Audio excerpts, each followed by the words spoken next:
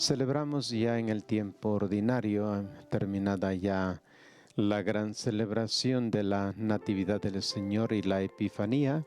Nos encontramos ahora al comienzo del tiempo ordinario. La bisagra que se da entre el bautismo del Señor, que es el último día de la Navidad, y el comienzo del tiempo ordinario, ha sido ya la primera semana.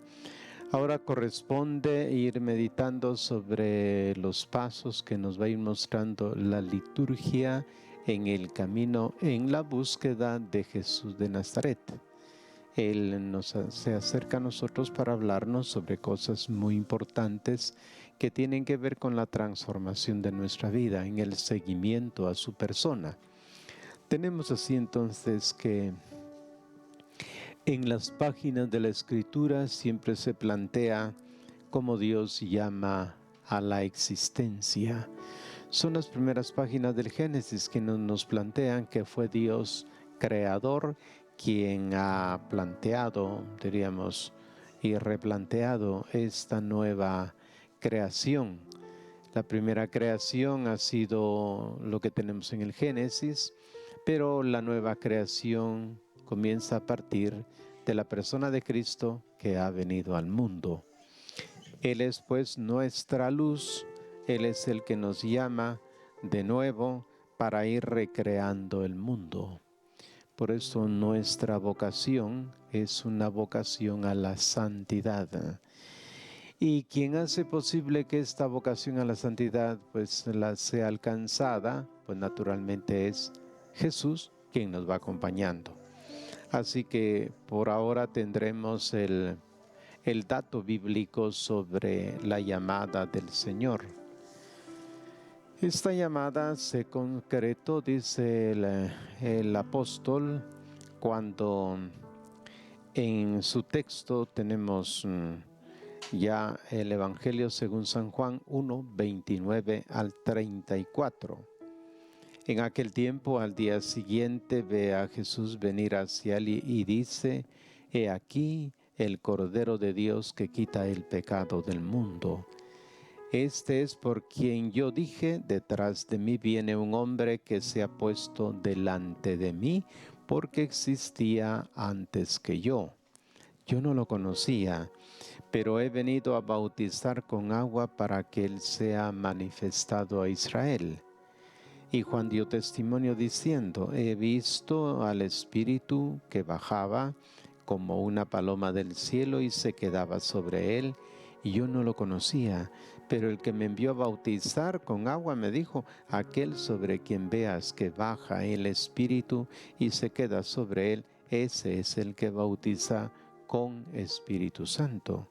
Y yo lo he visto y doy testimonio de que ese es el elegido de Dios».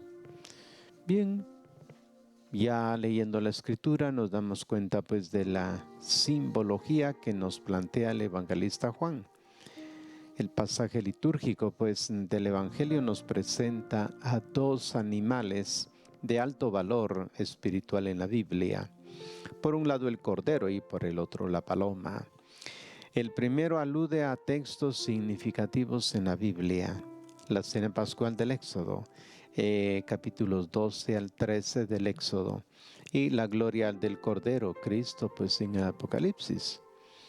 Veamos primero el simbolismo del Cordero. Una primera alusión bíblica para la comprensión de esta expresión usada por Juan Bautista para indicar la persona de Jesús es la figura del Cordero victorioso en el libro del Apocalipsis. En 7:17 el Cordero es el pastor de los pueblos. En 17:14 el Cordero destruye los poderes malvados de la tierra. En tiempos de Jesús se creía que al final de la historia se aparecería un Cordero victorioso o destructor de las potencias del pecado, de las injusticias, del mal. Tal idea es un síntoma también de la predicación escatológica de Juan el Bautista. Avisaba que la ira era inminente. Se lo ve en Lucas 3:7, que el hacha ya estaba puesta a la raíz del árbol y que Dios está a punto de abatir y echar en el fuego todo árbol que no da fruto. Otra expresión pues muy fuerte que el Bautista presenta a Jesús se encuentra en Juan 1:29. Él tiene en la mano el bieldo para limpiar su era y para recoger el grano del granero. Pero a la paja la quemará con fuego inextinguible. No es equivocado pensar pues que Juan el Bautista pudiese describir a Jesús como el Cordero de Dios que destruye el pecado del mundo. De hecho, en 1 de Juan 3-5 se dice: Él apareció para quitar los pecados.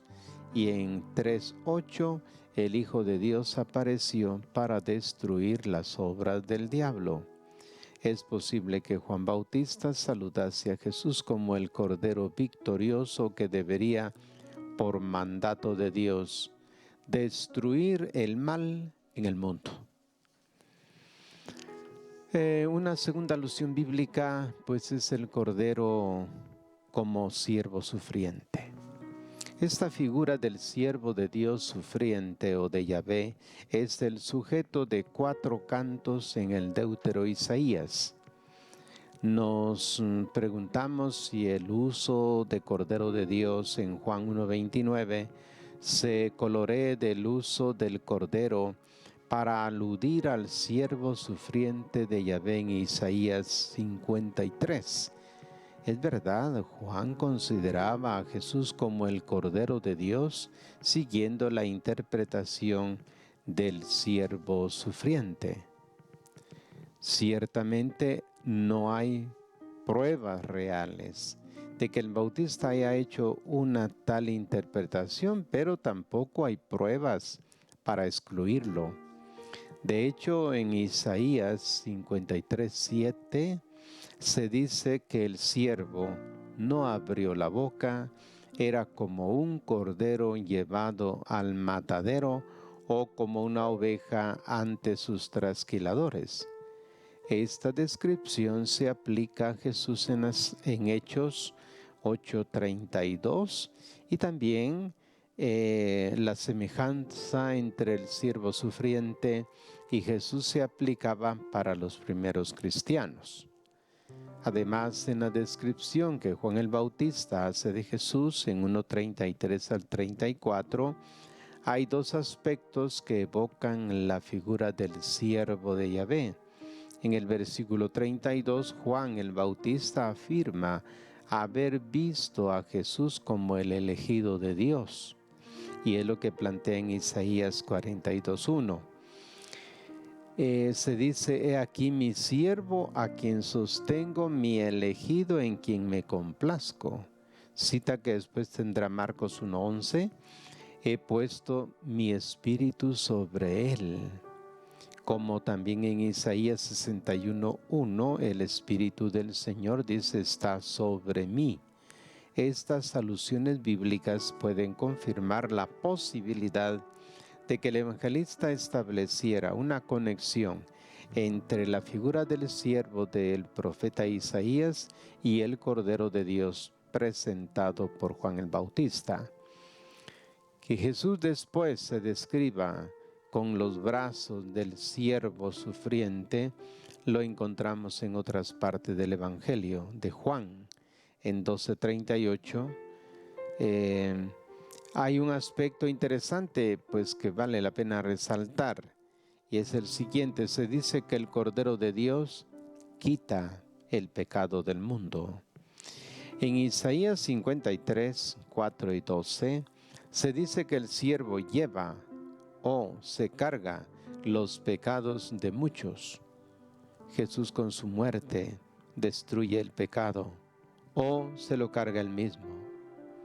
Por tanto, según esta acepción, el Cordero como siervo sufriente, Cristo es aquel que se ofrece libremente a sí mismo para eliminar del mundo el pecado y llevar a Dios a todos sus hermanos en la carne. Una confirmación moderna de esta interpretación de Jesús como Cordero de Dios lo encontramos en un documento de los obispos italianos que dice: el Apocalipsis de Juan, lanzándose hasta las últimas profundidades del misterio del enviado del Padre, llega a reconocer en él al Cordero inmolado desde la fundación del mundo. Apocalipsis 13:8, aquel en cuyas llagas hemos sido curados. Primera de Pedro 2:25. Una tercera alusión bíblica es el Cordero como Cordero Pascual. El simbolismo de la Pascua está muy difundido en el Evangelio según San Juan, especialmente en relación a la muerte de Jesús.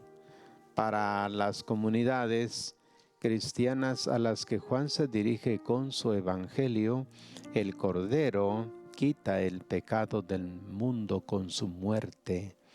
De hecho, en Juan 19:14 se dice que Jesús fue condenado a muerte al mediodía de aquella fiesta pascual, o sea, en el momento en el que los sacerdotes comenzaban a sacrificar los corderos pascuales en el templo para la fiesta de la Pascua. Otro nexo, pues, del simbolismo pascual con la muerte de Jesús es que mientras estaba en la cruz, una esponja empapada en vinagre fue levantada hacia él con una caña. En 19:29, y era la caña o hisopo que se mojaba en la sangre del Cordero Pascual para rociar las jambas de las puertas de los israelitas, en Éxodo 12:22. Además, en Juan 19:36, el cumplimiento de las Escrituras, que ningún hueso de Jesús fuera quebrado, constituye pues una clara referencia al texto del Éxodo 12:46, en el que se dice que ningún hueso del Cordero Pascual debe ser quebrado. La descripción pues de Jesús como Cordero está presente en otra obra de Juan, es decir, el Apocalipsis, particularmente en 5:6, donde se habla del Cordero inmolado. En Apocalipsis 7:17 y 22:1, el Cordero es aquel del cual brota la fuente de agua viva. Y también este aspecto es una alusión a Moisés, que hizo brotar agua de la roca. En fin, en Apocalipsis 5:9 se hace mención a la sangre redentora del Cordero, otro motivo pascual que se referirá a la salvación de las casas de los israelitas de la muerte. Existe un paralelismo pues entre la sangre del Cordero rociada sobre las jambas de las puertas como signo de liberación y la sangre del Cordero ofrecido en sacrificio de liberación. Los cristianos muy pronto empezaron a comparar a Jesús con el Cordero Pascual, y al hacer esto no dudaron usar el lenguaje sacrificial: Cristo nuestra Pascua se ha inmolado. Por ejemplo, San Pablo en 1 Corintios 5:7, poniendo el oficio de Jesús de quitar el pecado del mundo. Hasta aquí pues la primera figura. El simbolismo de la paloma es el otro. Este segundo símbolo también contiene varios aspectos. Ante todo, la expresión como paloma era un dicho común para expresar el lazo afectivo con el nido. En nuestro contexto evidencia que el espíritu encuentra pues su nido, su hábitat natural, y es el amor de Jesús. Todavía más, la paloma simboliza el amor del Padre, que se establece en Jesús como en una habitación permanente. La expresión pues como paloma está en conexión con el verbo descender, para expresar que no se trata del aspecto físico de una paloma, sino el modo del descendimiento del espíritu, como el vuelo de una paloma, en el sentido de que no impone miedo, más bien confianza.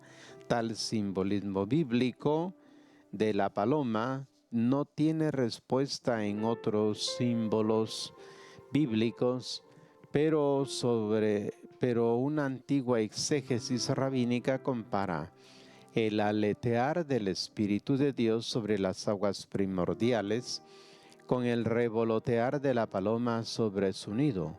No hay que excluir, pues, que Juan, al usar este símbolo, haya querido decir que la bajada del Espíritu en forma de paloma sería una clara referencia al comienzo, pues, de la creación. La encarnación del proyecto de Dios en Jesús es el culmen y la meta de la actividad creadora de Dios. El amor que Dios tiene por Jesús corresponde al movimiento de la paloma al volver al nido. Lo empuja a comunicar la plenitud de su propio ser divino, el Espíritu que es amor y lealtad. Los cristianos también al encontrarnos con este texto sagrado, nos damos cuenta de la importancia que tiene acercarnos al misterio eucarístico desde la perspectiva de la identificación con el Cordero de Dios que quita el pecado del mundo. Los términos bíblicos siempre nos indican, por ejemplo, Moisés, que para ser él el Salvador de Israel, antes fue salvado de las aguas, la persecución del faraón y la liberación que se dio en el momento en que lo sacaron de las aguas del río Nilo. De ahí su nombre, Moisés. Y Jesús de Nazaret ha sido realmente el Cordero que quita el pecado del mundo y lo quitó con su propia vida. También nosotros los creyentes, al identificarnos con Cristo que es Cordero, también estamos llamados a ofrecer nuestra vida como un sacrificio permanente. Y así lo dirá la liturgia. En la plegaria eucarística dirá que presentamos la ofrenda que es Cristo, que se inmola por nosotros. Y también pide en una segunda epíclesis que el Espíritu Santo consagre a todos los presentes como ofrenda permanente. De modo pues que también nosotros los creyentes, donde Cristo está en nuestras vidas, al realizar la obra del Señor, también como corderos vamos dejando la vida en el sacrificio permanente. Sea Dios pues quien nos conduzca a esta consagración de Jesús como cordero inmolado y también como la paloma que desciende para habitar, para vivir, dirigiendo toda nuestra vida. Que nuestra vida sea una total apertura al Espíritu Santo para ser guiados por ese Divino Espíritu. Bien, gracias por su atención y hasta una próxima oportunidad.